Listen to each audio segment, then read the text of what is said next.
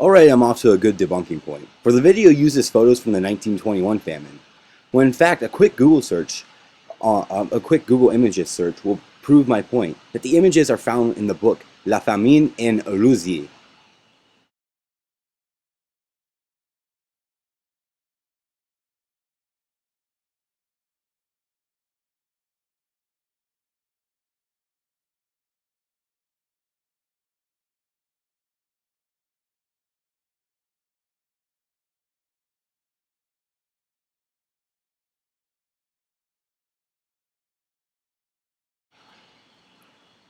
Why is it that 1921 photos always appear for the 32-34 famine? The answer is quite simple: Nazi propaganda.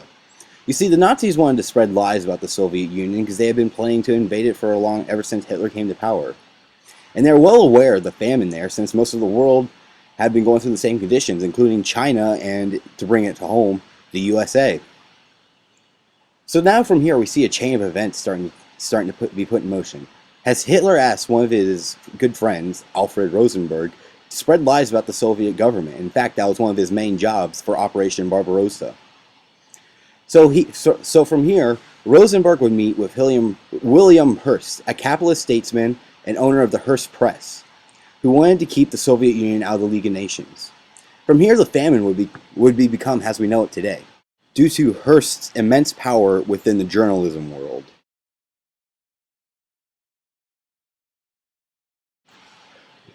In a recent study conducted by a well-respected non-profit institute for agriculture, the International Food Policy Research Institute, states that wheat rust spreading from Bulgaria came to Ukraine and eventually Russia. The wheat rust itself did not kill the plants, but rather weakened the plants, which made them hypersensitive to weather. In fact, one of the websites that Luce loves to use even helps prove my point.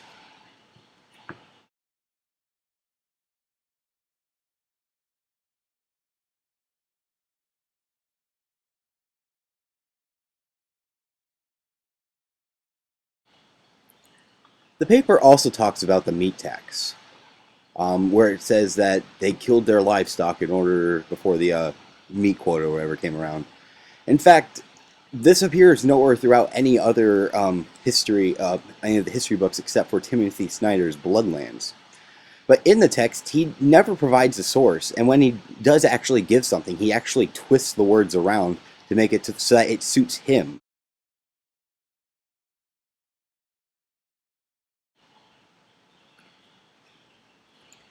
Another thing mentioned within the website is that the leadership of the CPSU did nothing for the Ukrainian people in terms of agriculture, that they were too involved in industrialization when in fact this is wrong. Here's a speech that I just put up not too long ago by M.I. Kalinin. They had just finished the dam, and he talks about how this is going to help agriculture, and that from here they're going to focus more and more on agriculture within the Soviet Union.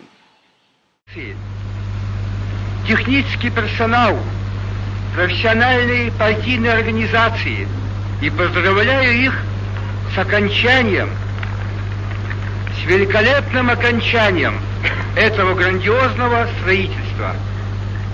Днепровскую станцию строил весь Союз на главным практическим выполнителем воли трудящихся Союза являются прежде всего рабочие Украины. И наградой их громадных усилий мы видим сооружение, которое дальше двинет техническую мысль, которая поднимает на большую высоту индустриализации Украины, а тем самым и весь Союз. В поле нашего зрения от электростанции растет комбинат из ценнейших заводов: Домны, Мартены, заводы электростали, прокат из повышенных сортов стали, алюминиевой, ферромарганца и так далее. Все это производство дает возможность усилить автотракторное строительство и тем самым еще выше поднять наше сельское хозяйство. Мне бы хотелось еще указать.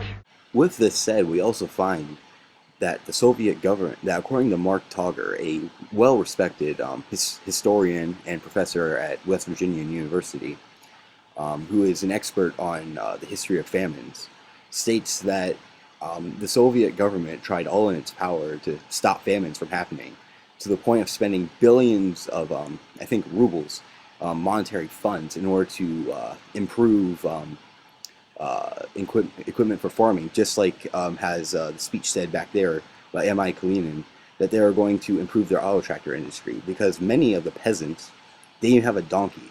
They would have to till entire plots of land themselves. Or when the donkey died, they would push the thing that the donkey would pull.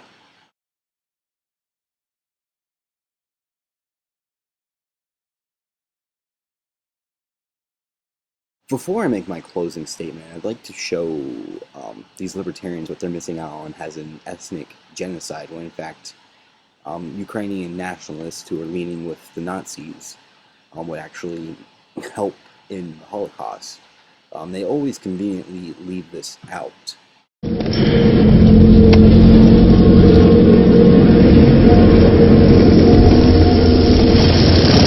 Da sind sie ja endlich.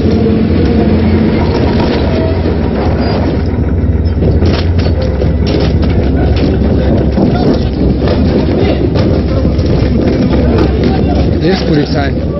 Ukraine.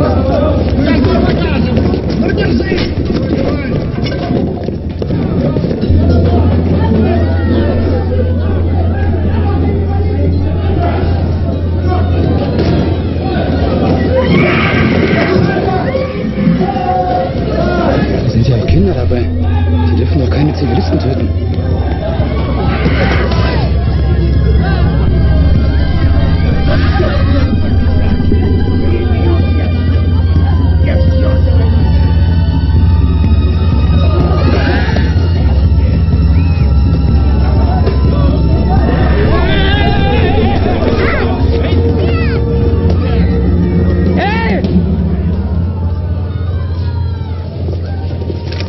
Stoi! Lass sie los! Was heißt sofort? Schuss. Das ist Schuss! Was ist hier los? Loslassen! Отпусти. Отпусти!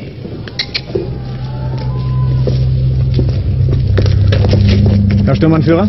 Leutnant. Das Mädel gehört im Sicherheitsdienst. Das Mädchen untersteht wie alle Zivilisten im Kampfgebiet der Wehrmacht. Das ist keine Zivilistin. Das ist eine Jüdin. Befehle sind Befehle. Ihre Befehle lauten, ukrainischen Mob anzuführen. Wie ehrenvoll für einen deutschen Offizier. Das Mädchen bleibt in ihrer Verantwortung, bis ich die Sache geregelt habe. Zu Befehl.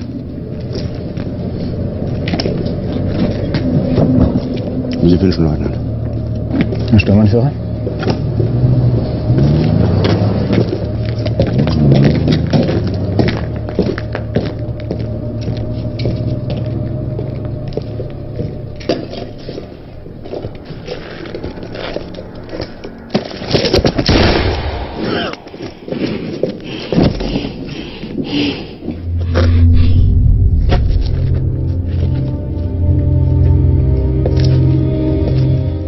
As an ethnic genocide, this theory loses all validity.